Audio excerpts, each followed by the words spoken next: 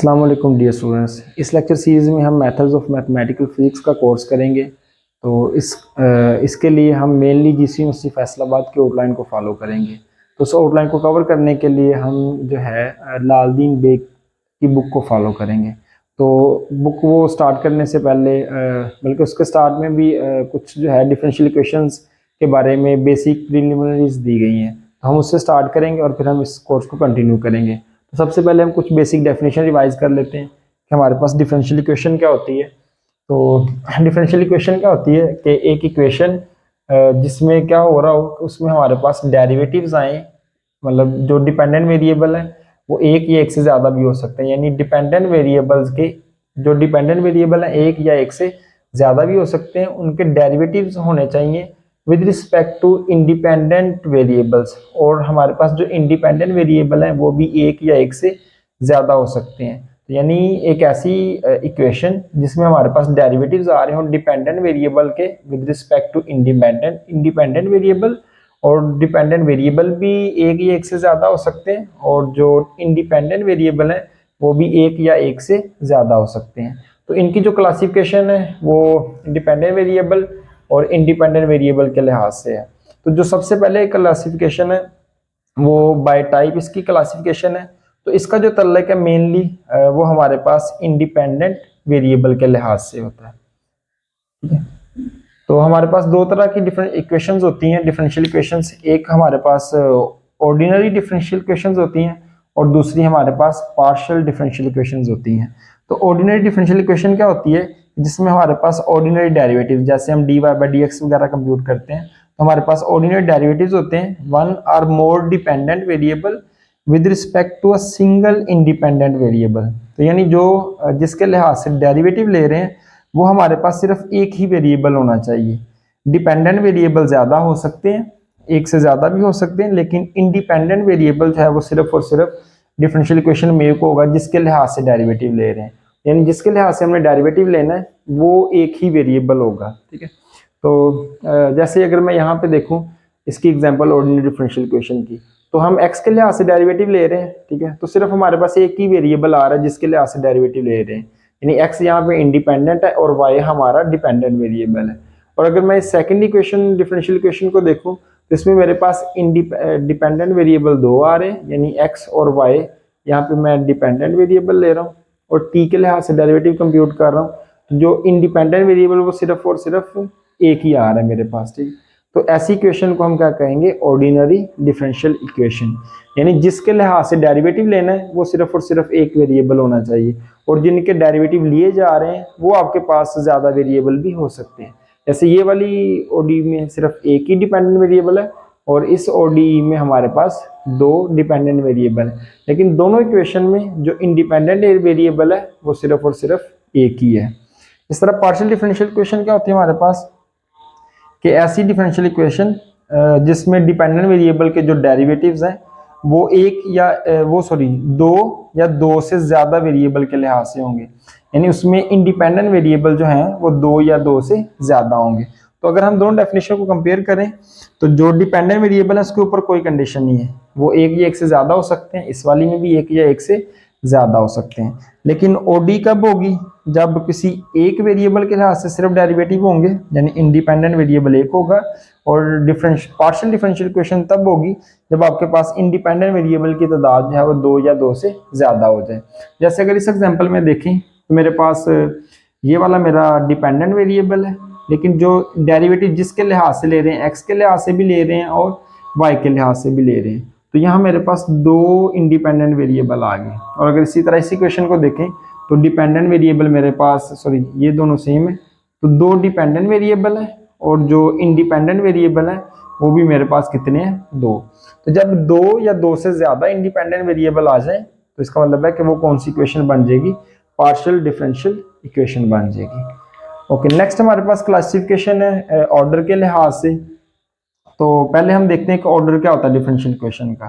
तो ऑर्डर हमारे पास क्या होता है कि जो आपके पास ऑर्डर ऑफ हाईएस्ट डेरिवेटिव होगा, यानी अगर आपके पास फिफ्थ ऑर्डर सबसे बड़ा है तो उस इक्वेशन का जो ऑर्डर है वो फिफ्थ होगा। अगर सेकंड ऑर्डर डेरिवेटिव सबसे बड़ा है तो सेकंड ऑर्डर वो डिफरेंशियल इक्वेशन कहलाएगी।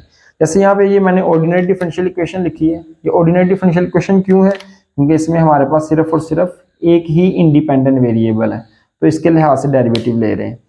तो अगर हम देखें तो ये मेरे पास डेरिवेटिव फर्स्ट डेरिवेटिव है, ये वाला y का फर्स्ट डेरिवेटिव है, और ये मेरे पास y का सेकंड डेरिवेटिव है।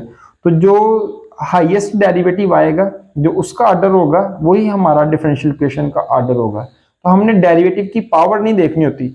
वैसे यहाँ पे फर्स्ट डेरिवेटिव है, पावर तो 5 है, लेकिन ये फर्स्ट डेरिवेटिव है, तो हमने कौन सा देखना है? हाईएस्ट डेरिवेटिव देखना है। तो हाईएस्ट डेरिवेटिव कौन सा आ रहा है? सेकंड डेरिवेटिव आ रहा है। तो इसका मतलब है कि ये वाली जो है वो सेकंड ऑर्डर डिफरेंशियल इक्वेशन होगी। अगर हम इस वाली पार्शियल डिफरेंशियल इक्वेशन को देखें तो यहाँ पे हमारे पास जो डेरिवेटिव आ रहा है वो थर्ड डेरिवेटिव आ रहा है, तो ये हाईएस्ट डेरिवेटिव है। इसका मतलब है कि ये वाली इक्वेशन जो है कौन सी होगी? Third order partial differential equation होगी।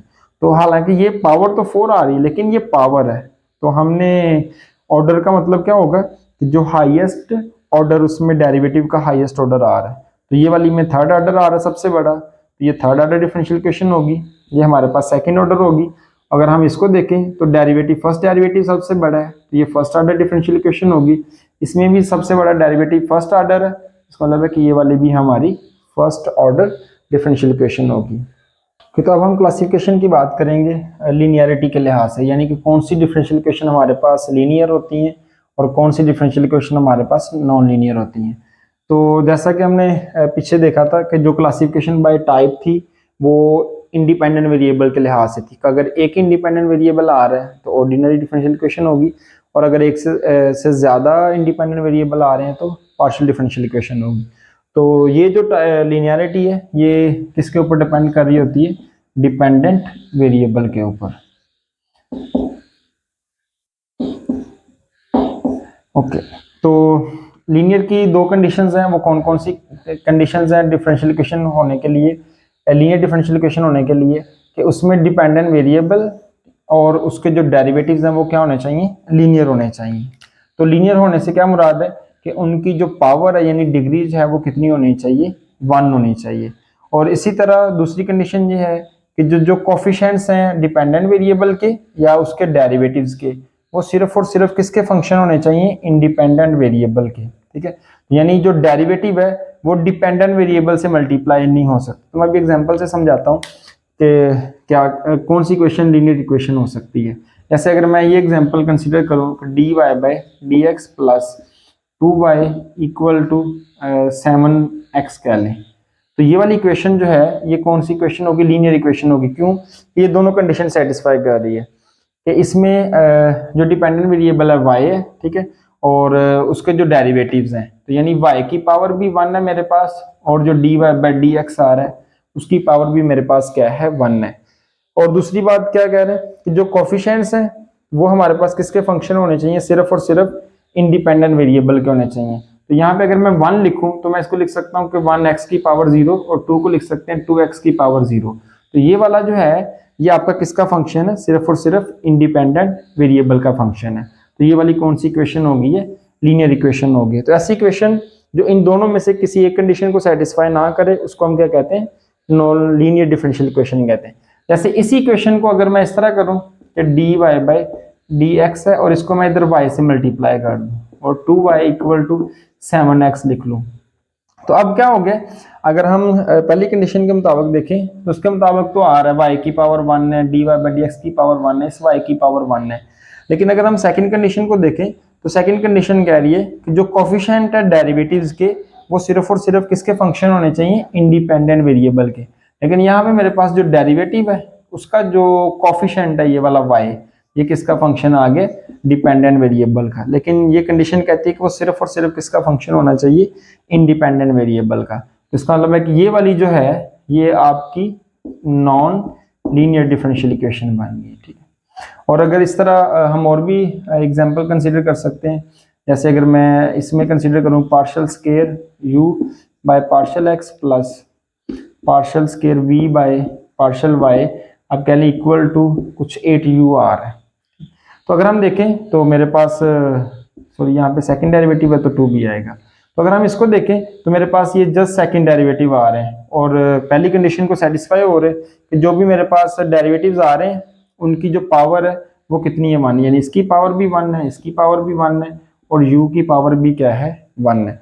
और दूसरी बात कि जो इनके साथ कोफिशिएंट आ रहे हैं, यहाँ भी कोफिशिएंट 1 है, यहाँ भी कोफिशिएंट 1 है, यहाँ u का कोफिशिएंट 8 है, तो ये इंडिपेंडेंट वेरिएबल का फंक्शन है।